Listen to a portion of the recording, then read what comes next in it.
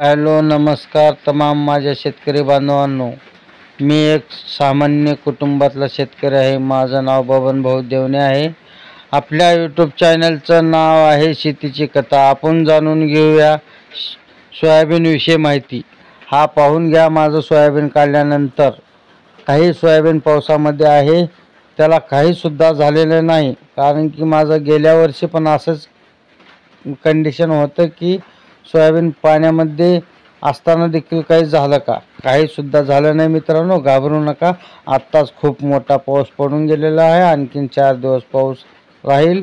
तरी सर्व शेतकऱ्यांना एवढंच सांगतो की सोयाबीन काढणं झालं नंतर आभाळाला बघून तुम्ही घाबरू नका, घाबरून जाऊ नका। हा बघून घ्या, आपण बघत आहे माझ्या शेतामधला व्हिडिओ। पुढच्या व्हिडिओत भेटू मित्रांनो। नमस्कार, धन्यवाद।